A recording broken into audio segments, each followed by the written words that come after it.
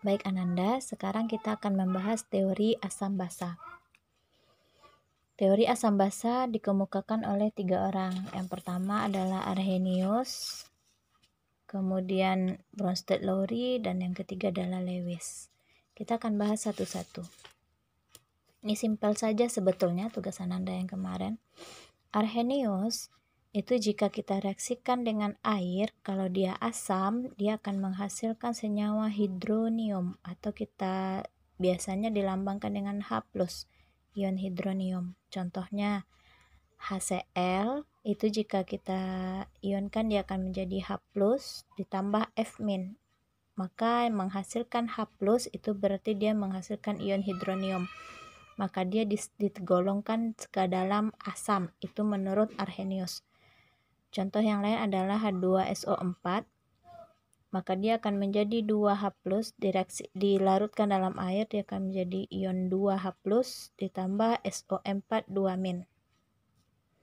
H+ ini menunjukkan ia menghasilkan ion hidronium, maka dia tergolong kepada asam. Sedangkan basa, menurut Arrhenius, basa menghasilkan ion hidroksida, kita lambangkan dengan OH-. Kalau asam H+, kalau basa itu OH-, seperti yang kita bahas sebelumnya. Contoh, NaOH akan terion menjadi Na+ ditambah OH-, ion hidroksida. Kemudian BaOH 2 kali akan terion menjadi Ba2+ ditambah 2 OH-. Ini merupakan teori Arrhenius yang dikemukakan oleh Arrhenius. Sangat simpel sekali. Arrhenius asam menghasilkan H+, basa menghasilkan OH-. Bronsted-Lowry ini dia hanya fokus ke proton. Proton dalam hal ini adalah H+. Dia hanya fokus ke H+. Kalau asam dia adalah donor proton atau memberikan proton, sementara basa itu menerima proton atau akseptor proton. Contoh dalam suatu reaksi kesetimbangan, H2O direaksikan dengan PO4 3- setimbang menjadi HPO4 2- ditambah OH-. Trik dalam menentukan asam dan basa, kita lihat H2O yang mirip molekul H2O setelah tanda panahnya adalah ion OH-, maka ini kita hubungkan. Kita lihat di sini H2O, lihat dengan OH-, hanya berkurang atau bertambah. Dari H2O menjadi OH-, dari hanya berjumlah 2 menjadi 1, berarti hanya berkurang. Kalau berkurang berarti hanya diberikan. Yang memberikan H itu adalah asam. Maka ini kita buat asam dan ini kita sebut basa konjugasi. Kemudian kita lihat bentuk molekul yang mirip lagi. PO4 3- dia mirip dengan HPO4. Kita hubungkan dia. Tengok di sini tidak punya H, sementara di sini ada H. Berarti PO4 telah menerima H dari orang lain. Maka jika dia menerima H, maka dia tergolong kepada basa, penerima H+. Maka ini kita buat dia basa, sementara yang lainnya disebut, pasangannya disebut asam konjugasi. Baik, kita cobakan ke soal yang lain. Nanti akan ada soal, kita coba yang ini. Coba Ananda perhatikan, ada NH3 dan ada NH3 amonia ditambah H2O menghasilkan NH4+ ditambah OH-. Kita ambil molekul yang sama. NH3 ini mirip dengan NH4+, maka ini kita hubungkan. Perhatikan jumlah H. Di sini hanya 3, sementara di sini hanya 4. Berarti hanya bertambah atau berkurang? Ternyata hanya bertambah. Jika hanya bertambah, berarti dia telah menerima H dari orang lain. Jika dia menerima H dari orang lain, berarti dia adalah basa. Maka kita buat dia di sini adalah basa. Pasangannya adalah asam konjugasi. Kemudian kita lihat H2O, molekulnya mirip dengan OH-. Ini kita hubungkan dia. Perhatikan H, jumlah H. Di sini hanya 2, di sini hanya tinggal 1. Berarti H2O telah menyerahkan hanya ke orang lain. Jika dia menyerahkan hanya ke orang lain, maka dia disebut sebagai asam. Maka kita buat dia di sini asam, dan ini adalah pasangannya basa konjugasi.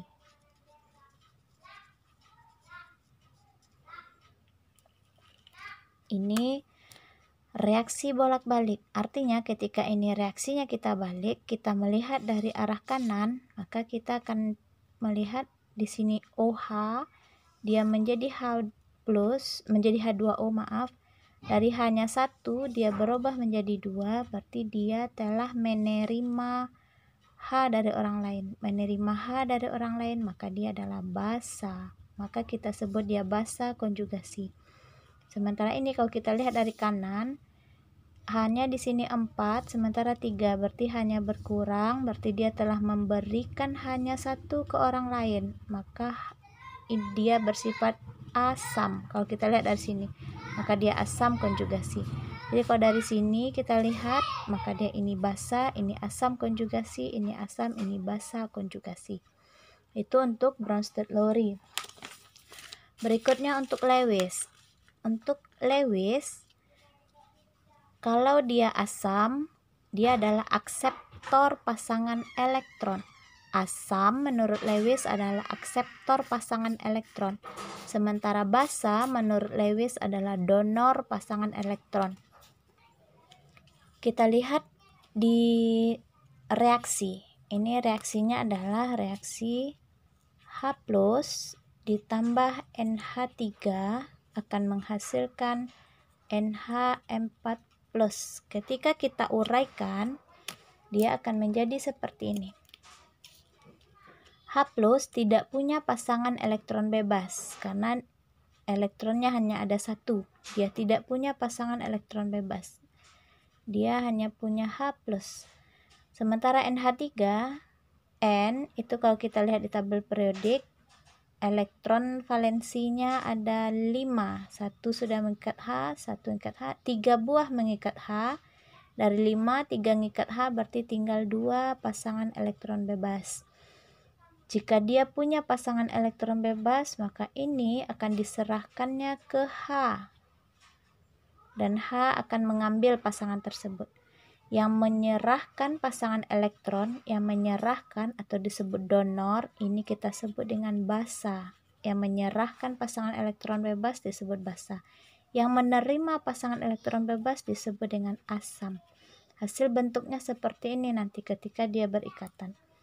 Trik untuk Lewis menentukan asam dan basa di reaksi di teori Lewis itu kita tengok saja.